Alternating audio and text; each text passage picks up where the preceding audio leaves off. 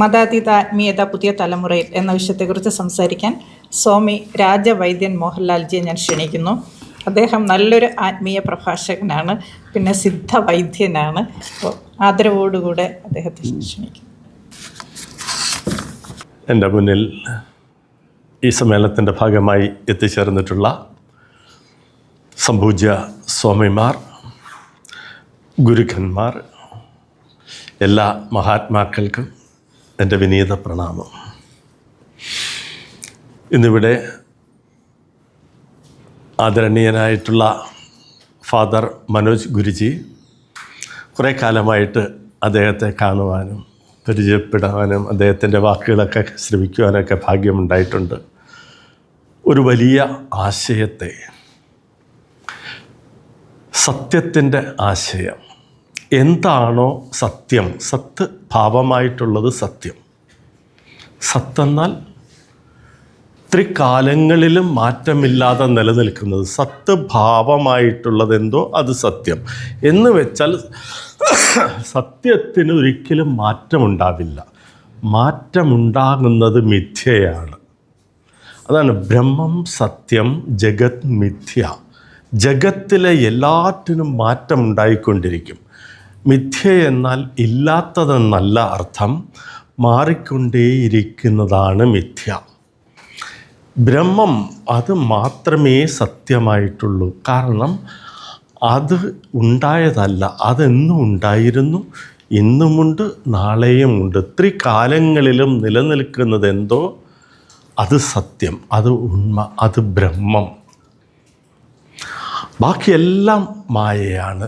ആ സത്യത്തെക്കുറിച്ചുള്ള അന്വേഷണവും അന്വേഷണത്തിൽ നിന്ന് കിട്ടിയ അറിവുകൾ പ്രചരിപ്പിക്കലും ചെയ്തുകൊണ്ടിരിക്കുന്ന ഗുരുജി മനോജ്ജിയുടെ പ്രവർത്തനങ്ങളെ ഞാൻ സസൂക്ഷ്മമായി നിരീക്ഷിച്ചുകൊണ്ടിരിക്കുകയായിരുന്നു. വളരെയധികം ശ്രദ്ധിച്ചുകൊണ്ടിരിക്കുന്നു. അടിസ്ഥാനപരമായി അദ്ദേഹം ചെയ്യുന്നത് ഭാരതീയ സനാതനധർമ്മത്തിലെ ഋഷി പരമ്പരകൾ, ഋഷി മീൻസ് സയൻറ്റിസ്റ്റുകൾ, ഭാരതീയ സയൻറ്റിസ്റ്റുകളാണ് ഋഷിമാർ. സന്യാസിമാരല്ല ഋഷിമാർ. സയൻറ്റിസ്റ്റുകളായിട്ടുള്ള ഋഷിമാർ ചെയ്തുകൊണ്ടിരുന്ന ഒരു കർമ്മമാണ് അദ്ദേഹം ഇന്ന് ചെയ്തുകൊണ്ടിരിക്കുന്നത്. ആ സത്യത്തെ അന്വേഷിച്ച് ഗവേഷണം ചെയ്ത് കണ്ടെത്തുന്ന അറിവുകളെ സമാജത്തിൻ്റെ നന്മയ്ക്ക് വേണ്ടി പ്രചരിപ്പിക്കുക. ഏതൊരു വ്യക്തിയും, ഗുരു മാത്രമല്ല, ഗുരു എല്ലാവരിലും ഉണ്ട്. ഗുരു ഒരു തത്വമാണ്, ഒരു വ്യക്തിയല്ല. ഗുരു എന്ന തത്വം ആരിലുണ്ടോ അവർ ഗുരു. ഈ കാണുന്ന സ്ഥൂല ശരീരത്തിലുള്ള ആ ഗുരുതത്വം, അതാണ് നാമൊക്കെ ഇന്ന് ഗുരു എന്ന് പറയുന്നത്. ഇതേ തത്വം തന്നെയാണ് ബ്രഹ്മവും. ഈശ്വരൻ തന്നെ ഗുരു, ഗുരു തന്നെയാണ് ഈശ്വരൻ. ഈ ഓരോ ഗുരുവും ഗുരു ഒന്നേ ഉള്ളൂ. പക്ഷെ ഓരോരുത്തരിലും ഉള്ള ഈ ഗുരു ശിഷ്യനിലുമുണ്ട്, ഗുരുവിലുമുണ്ട്, ബ്രഹ്മത്തിലുമുണ്ട്. അവിടെയാണ് കർത്താവ്, ഭോക്താവ്, സാക്ഷി. അടിസ്ഥാനപരമായി ഇത് മൂന്നും ഒന്ന് തന്നെയാണ്. യഥാർത്ഥത്തിൽ ആത്മീയത അതാണ്. ആത്മീയതയും ആധ്യാത്മികതയും രണ്ടാണ്.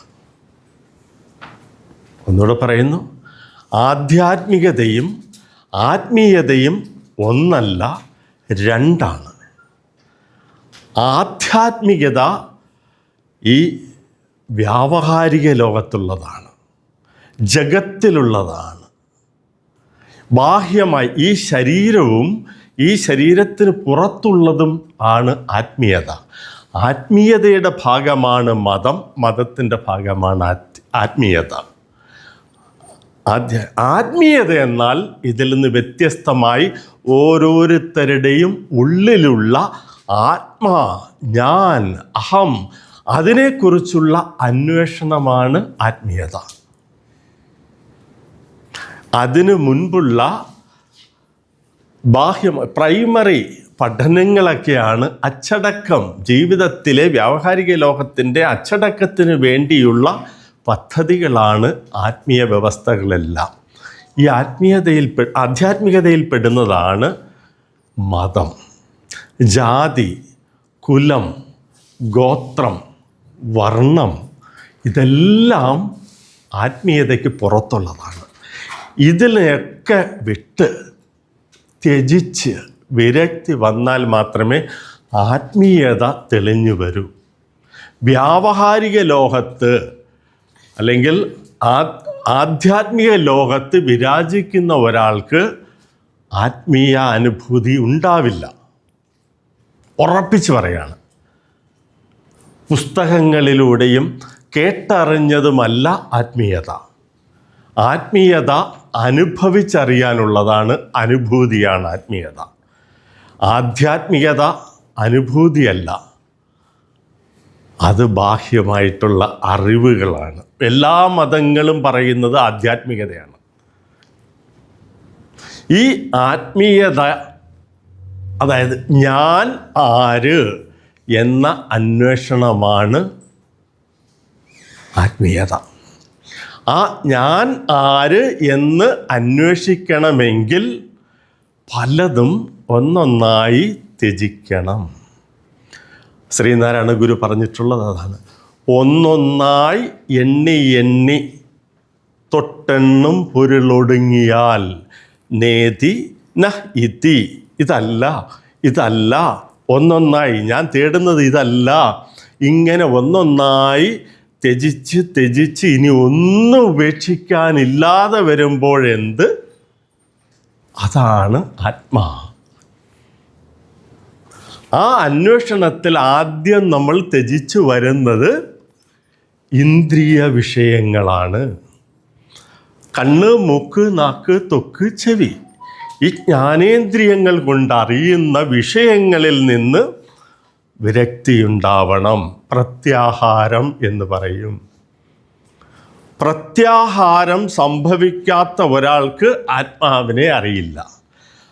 ഇന്ദ്രിയ വിഷയങ്ങളിൽ നിന്ന് വിമുക്തി നേടിക്കൊണ്ട് മനസ്സിനെ ഏകാഗ്രമാക്കണം.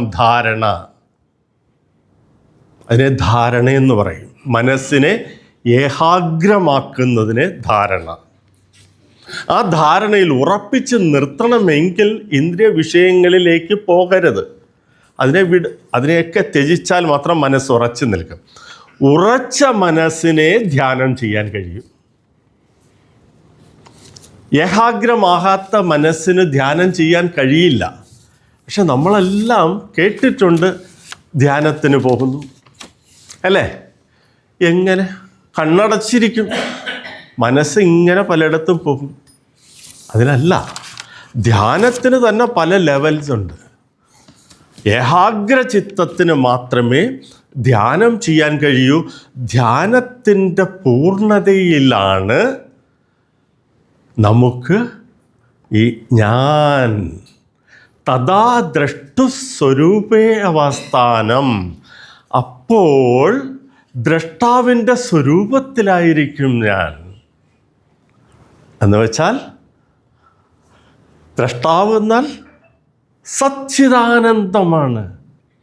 ദ്രഷ്ടാവിൻ്റെ സ്വരൂപം ആനന്ദമാണ്, ജ്ഞാനമാണ്, ഉണ്മ, സത്യമാണത്. സത്യമായതും അത് ജ്ഞാനമാണ്. അതുകൊണ്ടാണ് ആചാര്യന്മാർ പറഞ്ഞിട്ടുള്ളത്. ശ്രീനാരായണ ഗുരുവിൻ്റെ ഗ്രന്ഥത്തിലൊക്കെ ബ്രഹ്മം എന്ന പദമല്ല പറയുന്നത്, അറിവെന്നാണ് പറയുന്നത്. അറിവ്. ബ്രഹ്മം എന്ന പദത്തിനെല്ലാം ഉപയോഗിക്കേണ്ടടുത്ത് അദ്ദേഹം അറിവെന്നാണ് പറയുന്നത്. ജ്ഞാനമാണ് ഈശ്വരൻ. ആ ജ്ഞാനമാണ്, അത് ആനന്ദമാണ്. ഈ ആനന്ദ സ്വരൂപത്തിലായിരിക്കും നാം എപ്പോൾ എല്ലാം ത്യജിച്ച് ഏകാഗ്രചിത്തമായി അതിൻ്റെ പൂർണ്ണതയിൽ, ആ ധ്യാനത്തിൻ്റെ പൂർണ്ണതയിൽ അനുഭൂതി തലത്തിൽ നാം എത്തിച്ചേരുമ്പോൾ ആനന്ദ സ്വരൂപത്തിലായിരിക്കുന്ന അതാണ് ആത്മാവ്, ആത്മീയത. എന്നാൽ ഇത് യുവാക്കളിൽ, ആത്മീയത യുവാക്കളിൽ അടിവരയിട്ട് പറയുന്നു. നിങ്ങൾ ഈ ഒരു ജന്മം സ്വീകരിച്ചിട്ടുണ്ടെങ്കിൽ അതിന് കുറേ ലക്ഷ്യങ്ങളുണ്ട്. നിങ്ങൾ സർവസംഘ പരിത്യാഗിയാകാനല്ല ഈ ജന്മം എടുത്തത്. പൂർവജന്മകൃതമായ കുറേ പ്രാരബ്ധവുമായിട്ടാണ് നിങ്ങൾ ഇവിടെ വന്നിരിക്കുന്നത്.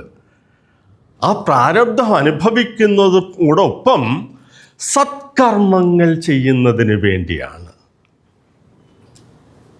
ആ സത്കർമ്മങ്ങൾ ചെയ്ത് വ്യാവഹാരിക ലോകത്തെ സംരക്ഷിച്ച് അതിനെ അനുഭവിച്ച് ഈ വ്യാവഹാരിക ലോകത്തെ നിലനിർത്തേണ്ട ബാധ്യത യുവാക്കൾക്കാണുള്ളത്. ആ കടമകളിൽ നിന്ന് നിങ്ങൾ വിസ്മരിക്കാൻ പാടില്ല. ആ കടമകൾ സംരക്ഷിച്ചും അതിനെ നിലനിർത്തിക്കൊണ്ടും വേണം നിങ്ങൾ ആത്മീയ അന്വേഷണം നടത്തുവാൻ. അല്ലാതെ ഇതിനെ ഉപേക്ഷിച്ചുകൊണ്ടല്ല. ഈ ഋഷിമാർ പറഞ്ഞിട്ടുണ്ട് ചതുരാശ്രമങ്ങളെക്കുറിച്ച്. ഒരു മനുഷ്യൻ ബ്രഹ്മചര്യാശ്രമം, ഗാർഹസ്ഥ്യാശ്രമം, വാനപ്രസ്ഥാശ്രമം, സന്യാസാശ്രമം, ഈ 4 ആശ്രമങ്ങൾ പാലിക്കണം. 4 ആശ്രമങ്ങളിലൂടെയാണ് ധർമ്മ, അർത്ഥ, കാമ, മോക്ഷങ്ങൾ. അതനുഭവിക്കാനാണ് ഈ ജന്മം എടുത്തിരിക്കുന്നത്. ആ ധാർമ്മികത എന്തെന്ന് പഠിച്ചും ആ ധാർമ്മികത പ്രചരിപ്പിച്ചും ആ ധർമ്മത്തെ സംരക്ഷിച്ചും ആ ധർമ്മത്തെ നശിപ്പിക്കുവാൻ ശ്രമിക്കുന്ന അധർമ്മത്തിനെതിരെ പ്രതിരോധിച്ചും നിങ്ങൾ ഇവിടെ ജീവിക്കണം. അതോടൊപ്പം നിങ്ങൾ ഞാൻ ആര്, ഞാൻ എന്തിനു വേണ്ടി ജനിച്ചു, ഞാൻ എവിടെ നിന്നാണ് വന്നത്, ഞാൻ എന്തിനു വേണ്ടിയാണ് ഈ ജന്മം എടുത്തത്, നാളെ ഞാൻ എവിടേക്കാണ് പോകുന്നത്, ഇതാണ് നമ്മുടെ ജന്മലക്ഷ്യം. ഇതാണ് ആത്മീയത. വലിയ ഒരു വിഷയമാണ്. ഇതിനെപ്പറ്റി ദിവസങ്ങളോളം ചർച്ച ചെയ്താൽ പോലും തീരാത്തൊരു വിഷയമാണിത്. പക്ഷേ സമയപരിമിതി, പിന്നെ കൂടുതൽ സംസാരിച്ചാൽ അത് നിങ്ങൾക്ക് തന്നെ ബുദ്ധിമുട്ടാവും. അതുകൊണ്ട് ഇവിടെ കൊണ്ട് ഞാൻ എൻ്റെ വാക്കുകൾ തൽക്കാലം ഞാൻ അവസാനിപ്പിക്കുന്നു. എല്ലാ ആത്മബന്ധുക്കൾക്കും പ്രണാമം.